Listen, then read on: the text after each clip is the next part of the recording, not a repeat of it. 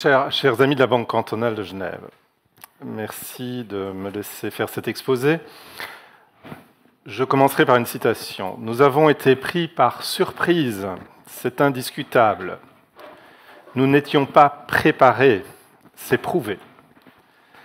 Pourtant, nous avions été prévenus, nous savions ce qui pourrait arriver. Mais il n'est pire ignorant que celui qui ne veut pas savoir. » Bien à propos, cette citation reprise du livre d'Hubert Védrine et Après, publié en juin 2020, me sert de fil conducteur aux exposés de la matinée. Comment ne pas être pris par surprise? Comment faut-il se préparer? Comment éviter l'évitement? Ce mécanisme psychologique de défense par lequel une personne tente d'éviter des situations, des émotions ou des pensées perçues comme dangereuses, menaçantes ou stressantes. Comment préparer une entreprise à l'affrontement, le mécanisme opposé à l'évitement? Le but de mon exposé est donc de vous présenter comment notre entreprise s'organise pour anticiper et adapter sa plateforme opérationnelle face à des événements majeurs, mais aussi comment elle se prépare à absorber les conséquences de crises telles que de nouvelles pandémies ou les prochaines contingences énergétiques. Pour illustrer mon propos, je me focaliserai sur la menace actuelle la plus virulente pour notre banque. Je vise ici les cyberattaques et la cyberguerre opérée ces dernières années par de nombreux États belligérants. Récemment, en Suisse, on peut rappeler les événements suivants.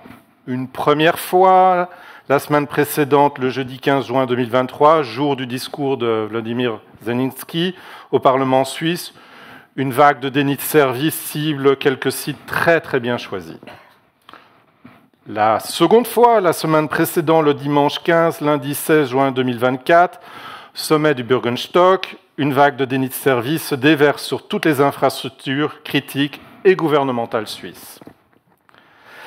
Et la dernière fois, le 23 août 2024, une attaque massive par déni de service bombarde les serveurs DNS sur Swisscom, plusieurs dizaines de sites dont le service de paiement Twint et de nombreux sites de net banking, dont le nôtre, sont hors service pendant plusieurs heures.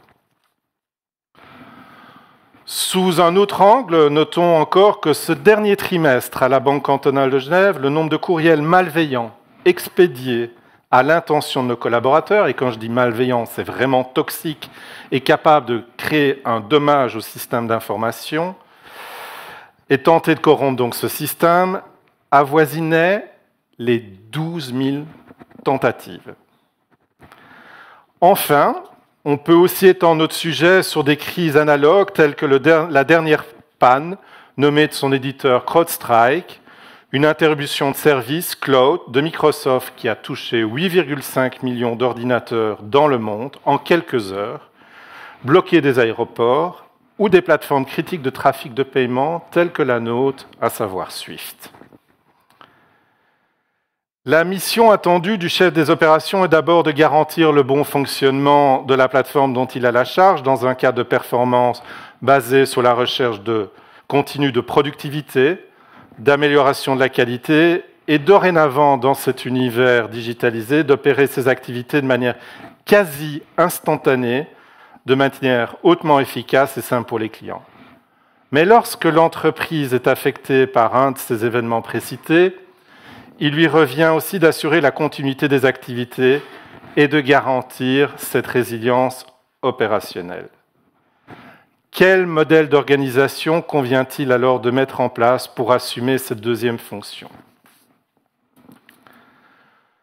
Le premier constat est que face à ce type d'événement, l'entreprise est totalement seule. Les structures et les autorités étatiques ne sont pas équipées pour soutenir ce type de crise et protéger le tissu économique dans ces situations critiques. L'entreprise est également responsable. En matière bancaire, d'ailleurs, le régulateur, chez nous la FINMA, s'attelle à lui rappeler cette exigence dans la circulaire sur la résilience opérationnelle ou celle sur l'externalisation des activités. Il faut donc mobiliser activement les ressources vives de l'entreprise lors de la survenance d'un événement, mais il faut aussi constituer de manière anticipée les structures internes pour collecter les renseignements et produire l'analyse à même d'atténuer, voire de neutraliser les conséquences de ce type de situation. Cette mobilisation doit être organisée, rapide, efficace et dimensionnée à la hauteur de la menace. L'entreprise doit rassembler toutes les compétences nécessaires à la gestion de la crise, les fonctions opérationnelles et commerciales, les unités d'appui telles que la logistique, l'informatique, les ressources humaines, la communication ou encore le juridique. Le processus doit permettre d'éclairer toutes les parties prenantes sur la nature de la situation, de les aligner au plus vite sur un même niveau d'information et de convenir du dispositif à mettre en place en fonction de l'intensité du problème ou de la menace. Sur base de ce diagnostic, chaque fonction doit être en capacité de prendre des mesures immédiates pour mitiger les conséquences, identifier et activer les différents plans de contingence. Ces plans de contingence reposent sur une documentation tenue à jour, des cartographies d'infrastructures logistiques et informatiques et des inventaires des fonctions, des actifs et des activités critiques. La banque a donc opté pour une organisation ad hoc, des méthodes de conduite, des procédures spécifiques et une documentation particulière, et enfin la dotation de moyens réservés et autonomes à la conduite de la crise. Il y a une grande similitude entre les paramètres de conduite d'une gestion de crise et celle d'un système de commandement militaire. Entre autres, l'unité de conduite, la vitesse d'exécution, l'autorité directive et la mobilisation dynamique de ressources. La BCG a donc opté pour un dispositif analogue à celui conçu et enseigné au sein de l'Académie des cadres supérieurs de l'armée suisse. La majorité des cadres en charge des fonctions critiques ou d'appui sont formés à ces méthodes spécifiques de conduite orientées sur la gestion de crise. Ceci grâce à un cursus organisé en 3 sessions et basé sur le matériel de gestion de crise de la banque. Un exercice magistral de crise est organisé tous les 3 ans. Le dernier réalisé en 2023, dénommé Ponos, une figure de la mythologie grecque personnifiant le labeur, la fatigue et la souffrance, traitait d'une succession d'attaques cybernétiques sur les infrastructures de la banque pendant 48 heures et préparé par des experts internationaux en sécurité informatique les 3 mois précédents. La banque a ainsi testé la capacité de résistance de ses infrastructures informatiques et de ses moyens de sécurité, mais elle a également éprouvé ses capacités de conduite sur une longue durée grâce à un dispositif de rocade et de suppléance des effectifs, je pense à Yves. C'est à mon sens en formant les collaborateurs, en les entraînant régulièrement, en leur donnant les moyens, de gérer efficacement la situation et en les exposant à l'éventualité d'une menace, d'une crise ou d'un sinistre que nous pouvons créer cette culture de l'affrontement.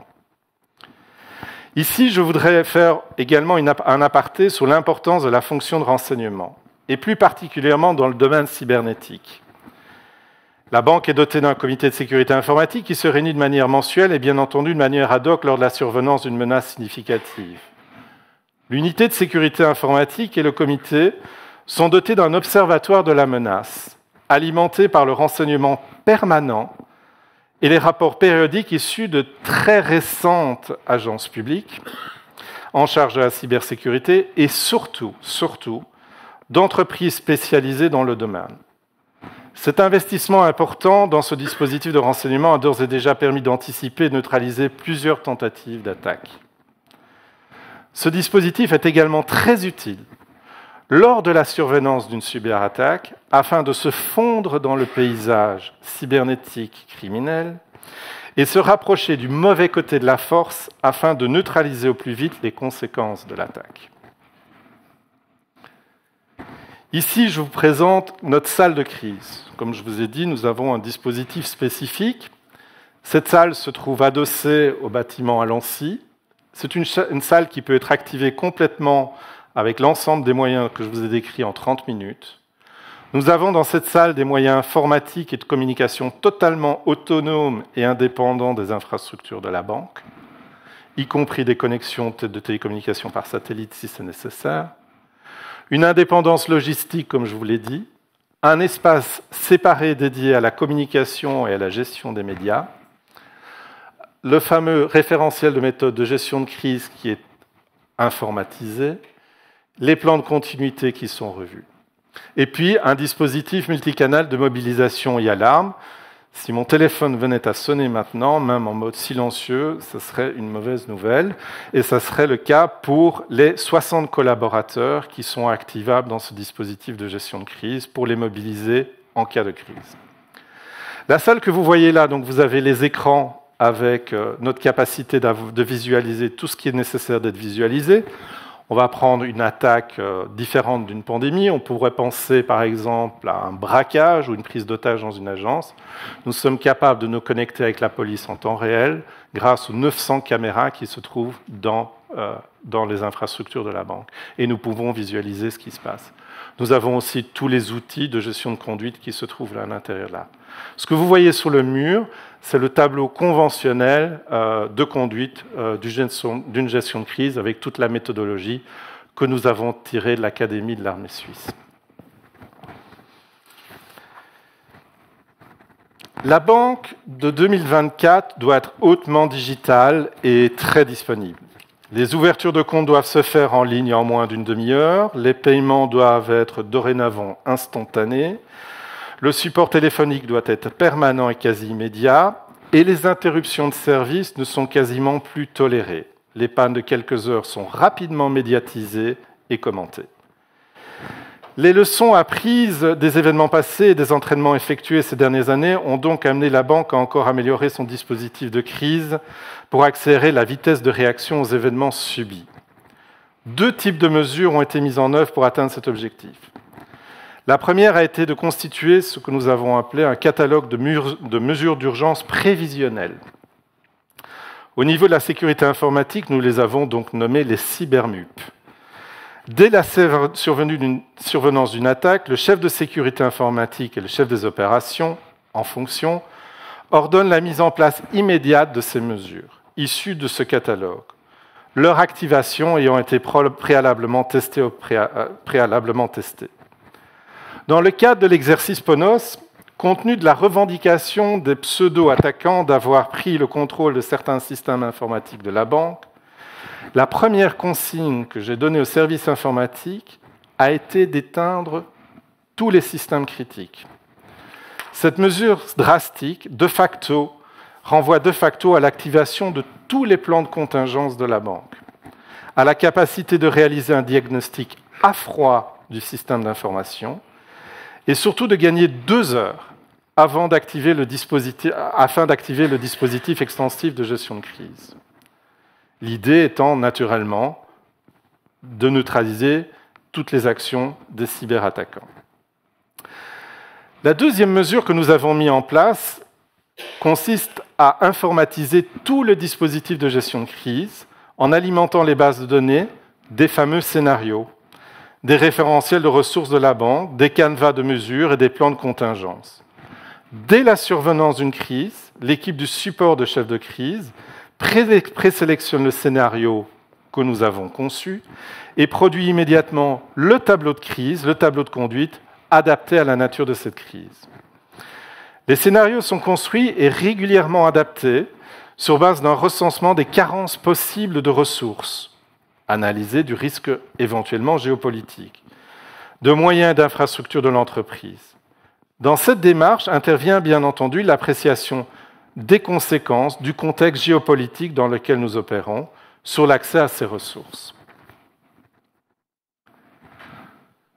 Je reviens encore une fois sur la fonction de renseignement et sur l'impérative nécessité d'acheter du renseignement, du vrai renseignement, de l'information profonde et ciblée, de l'analyse des menaces. Les anglo-saxons nomment cela de l'intelligence. Lorsque vous recevez un rapport de renseignement, never, never give up. N'acceptez aucune inconnue, aucune incertitude. Exigez tous les détails. Demandez d'approfondir toutes les dimensions du rapport, d'identifier précisément les sources d'informations et les acteurs, de documenter les ressources, les moyens, les processus, les infrastructures, etc., etc. Ensuite, pour l'analyse, personnellement, j'utilise une méthode très simple, c'est la méthode des 7 pourquoi. Vous posez 7 fois la question pourquoi à la recherche d'informations que vous avez. Cette récolte d'informations permettra d'accepter efficacement les concepts de contingence à mettre en œuvre et de garantir leur opérabilité, mais aussi de faciliter le travail des équipes forensiques si c'est nécessaire. Créez-vous un catalogue de mesures tactiques, préventives aussi, que vous pouvez mobiliser en tout temps, dès l'identification ou la recrudescence d'une menace. Action, réaction. Les explosions de bancomates se rapprochent de l'arc lémanique. La banque active des rondes de services de sécurité sur tous les sites de la banque. Les services de sécurité constatent une augmentation de messages malveillants ciblés sur les collaborateurs. La banque réduit la faculté de travail à distance et les accès au web. Le dispositif et la méthodologie sont dorénavant définitivement ancrés dans les structures et la culture de la banque. Dès la survenance d'une perturbation opérationnelle, dont l'ampleur n'est pas encore déterminée, les équipes d'encadrement des activités opérationnelles n'hésitent plus à activer le dispositif, quitte à le démobiliser quelques heures plus tard. Cela permet de gérer et d'anticiper l'amplification du problème en crise éventuelle, de maintenir un état de veille constant aux menaces et d'améliorer constamment l'organisation du dispositif. En conclusion, je me permettrai de vous faire une lecture personnelle de la situation sur la gestion de la résilience opérationnelle. Depuis 40 ans, voire plus, les théories de management et la technologie de l'information nous poussent à optimiser les chaînes d'approvisionnement afin de réduire au minimum les coûts de logistique et de stockage, standardiser les flux d'informations afin d'instantanéiser les processus de décision, interconnecter les systèmes d'information afin d'éradiquer les interruptions de processus et centraliser les pôles de production de produits et de services afin d'obtenir les économies d'échelle optimales. Sauf que dorénavant, cette organisation de l'économie imposée à nos entreprises constitue un risque systémique colossal. Pour illustrer mon propos, imaginons une minute que la panne CrowdStrike, fournisseur sous-traitant de Microsoft Azure, la solution de cloud dorénavant dominante, ne soit pas une panne, mais un véritable cheval de Troie, développé dans moins d'une dizaine d'années par un groupe de hackers très hostiles. Imaginons que le nombre d'ordinateurs impactés ne soit pas 8,5 millions, mais 850 millions. Nos entreprises ne doivent pas être surprises. Les méga-pannes existent. Les méga-cyberattaques existent. Nos entreprises doivent être préparées. Il faut dorénavant réorganiser les schémas opérationnels, les segmenter, les cloisonner, diversifier les chaînes d'approvisionnement des produits et des services, hybridifier les outils de production.